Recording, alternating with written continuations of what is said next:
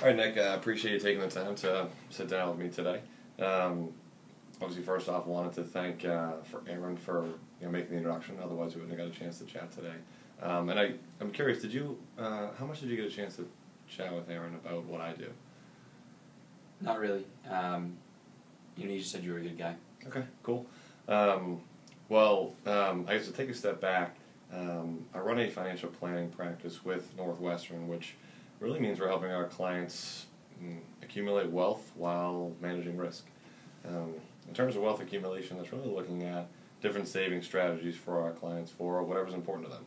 That could be saving for retirement, saving for their kids' education, saving for the purchase of a home or a business. Because one thing that our clients recognize is that the government's going to tax us quite a bit. They're going to tax us when we make our money, when we spend our money, and often when we save our money. So it's our goal to help our clients save as much as we can without being taxed. In terms of risk management, that deals with a few different areas of planning. Northwestern actually started off 150 years ago as a life insurance company. We still do a lot of work in that planning space today.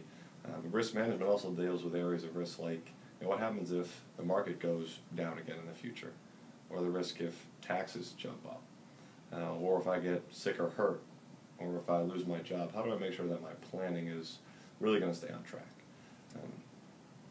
But the process that our clients have found to be most helpful has 3 steps. First step today, we have what's called the discovery meeting. Really, we're just chatting with you about what's most important to you. Take a look at some of the planning that you've done, some of the benefits you have available to you through the firm, and see at the end of the meeting if there's a few areas you feel would be helpful to review in further detail. If that's the case, we'll set up a second time to meet. And between now and then, I'll work with my team back in Woburn to put together an analysis with some specific suggestions and recommendations for you. And we'll review that in the second meeting, which is referred to as the planning meeting. And then the third step is, typically in the third or the fourth meeting, if you choose to become a client, is implementation. So how do we actually put these ideas to practice for you? And just because we get this question quite a bit, there's never a advisor fee or a planning fee to work with me and my team.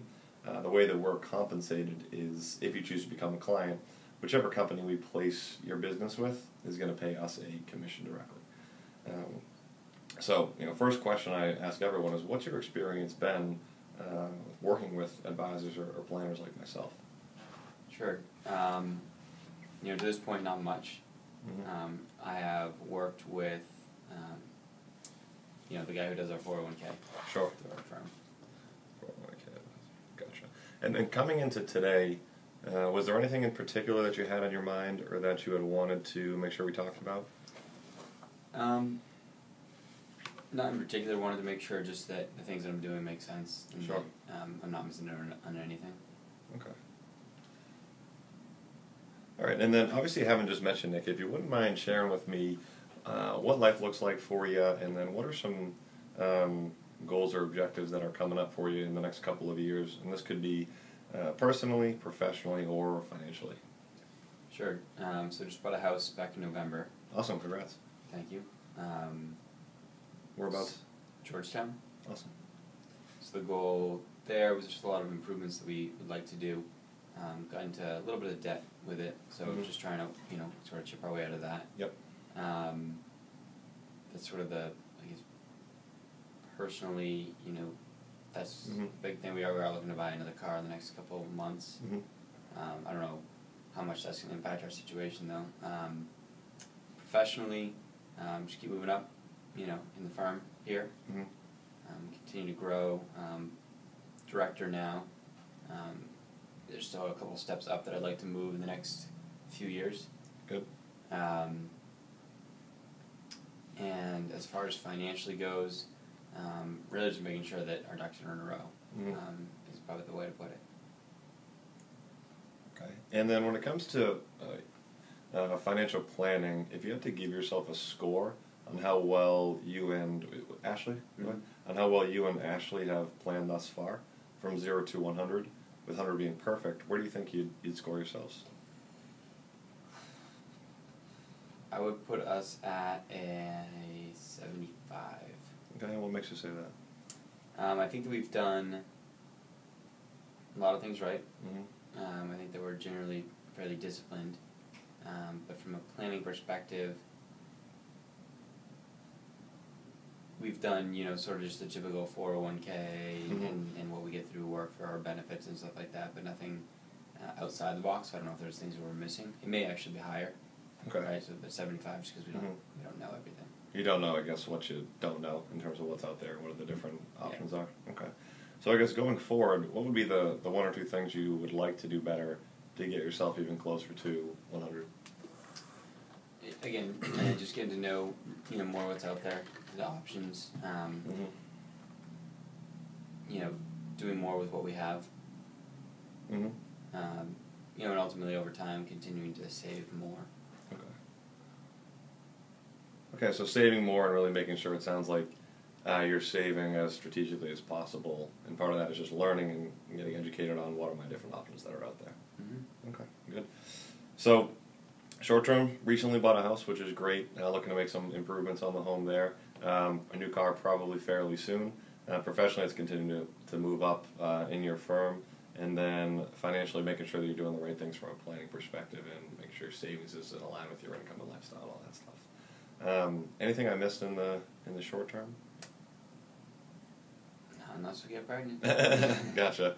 And then beyond the next couple of years, any big picture items that are further out, and this could be anywhere from 5 to 50 years out? Yeah, I mean, we are, probably in the next 5 years we will have kids. Awesome. So we're 24 now. The goal is probably in 5 years to have 2, Mm-hmm. and then that's probably it. Cool. Other things, I mean, if work continues to grow as it is, we'll probably buy a second property and rent our current property out. Awesome. So that would result in a higher mortgage. Wouldn't necessarily result in that big of a difference because we could rent our place out to cover the cost of that home. Okay, good. You guys think you'll stay up in the Georgetown area? I do. Good. Very nice. And then anything else beyond the next few years? Not anything I can think of. Okay, awesome. So let's talk about savings.